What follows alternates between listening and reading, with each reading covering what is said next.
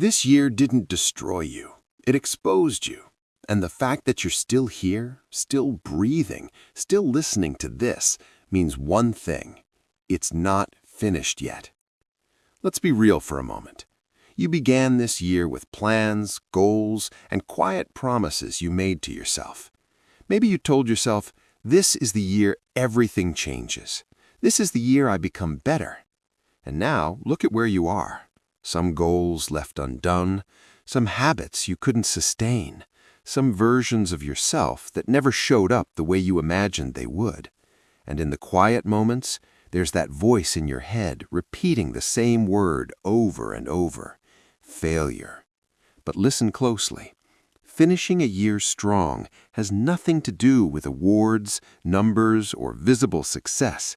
It has everything to do with how you finish internally. Because the mindset you end this year with becomes the foundation you step into the next one with. And if you carry regret, self-anger, and disappointment forward, the next year starts heavy before it even begins. But if you close this year with awareness, honesty, and resilience, even after mistakes, you enter the next chapter lighter, sharper, and more focused.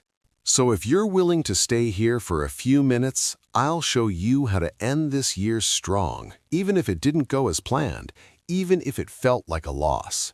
Because sometimes the most powerful endings come from the most difficult years.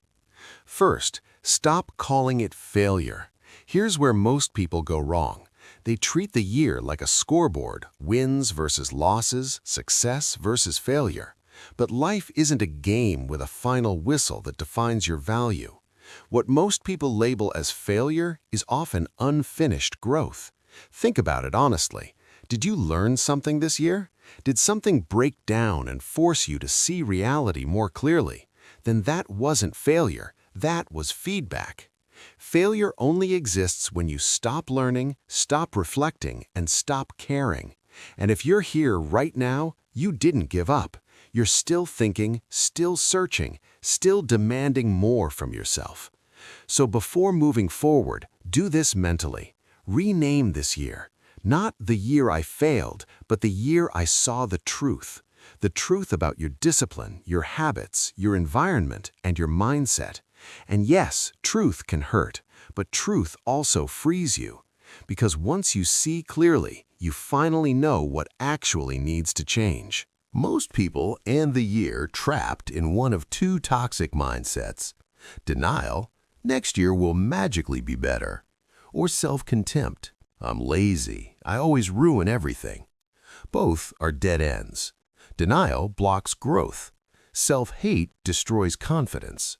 Strong people choose a third option. They accept reality without emotion. They say, this is where I am. This is what I did. This is what I didn't do. No drama, no excuses, no stories. Because acceptance is power. You can't change what you refuse to face. Ask yourself honestly, what did I avoid this year? Where did I choose comfort over progress? Don't judge the answers, just observe them. Because once you clearly see the pattern, you gain the ability to break it. Here's a harsh truth most people don't want to hear. The calendar isn't your problem. You didn't fail because it wasn't your year. You fail when you try to create a new life with the same identity, the same habits, and the same reactions, and expect different results. That's not optimism. That's self-deception.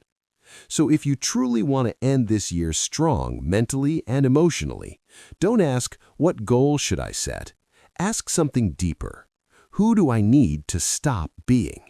Maybe you need to stop being the person who waits for motivation, or the one who starts strong and disappears, or the one who overthinks but never acts, or the one who quits the moment discomfort appears.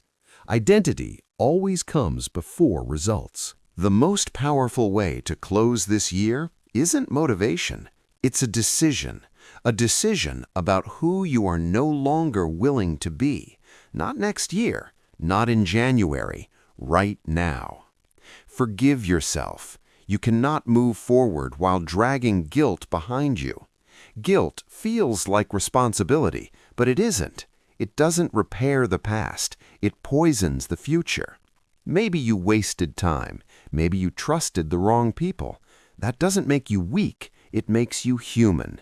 But here's the rule. You don't get to punish yourself forever for lessons you've already learned. That's not accountability. That's self-sabotage. Forgiveness isn't about forgetting. It's about accepting the cost, extracting the lesson, and moving forward wiser, not broken. So close this year by releasing the emotional weight, not because you don't care, but because you care enough to continue. End the year with proof.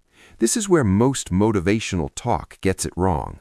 They tell you to plan big, dream bigger, and set massive goals. But strong endings don't come from planning. They come from proof. Before this year ends, you don't need to reinvent your life. You don't need a dramatic reset. You need one small win that proves something to yourself. Not to social media, not to friends, not to anyone else, just you. Wake up early for 7 days. Finish 1 book. Train consistently for 2 weeks. Clean your space and keep it clean. Journal every night, no matter what. One small action.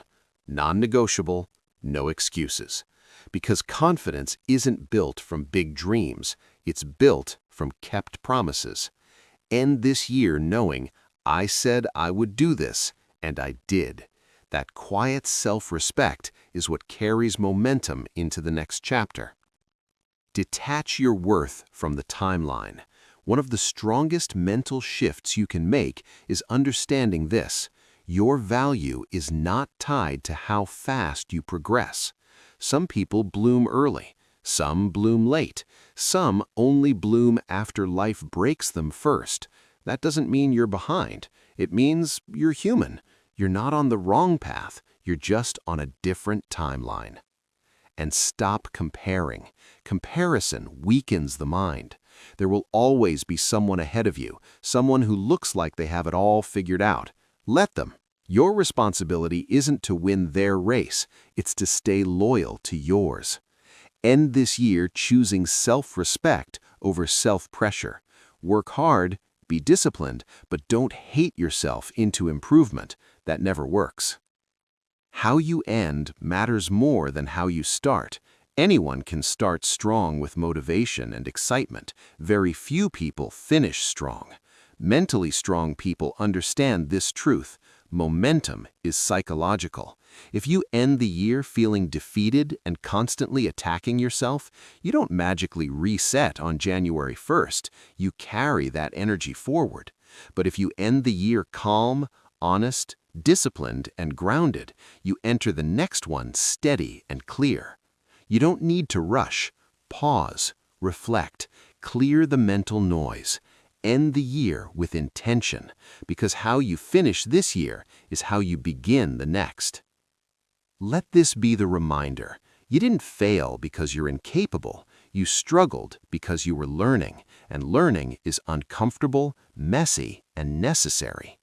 The fact that you're still here, still thinking, still searching, means your story isn't over. This year didn't define you. Your response to it will. So close this year strong, not with fake positivity, not with pressure, but with honesty, discipline, and self-respect. And if this message hit you, don't ignore it. Take one action today, just one, that the old version of you would have avoided. That's how you end this year strong.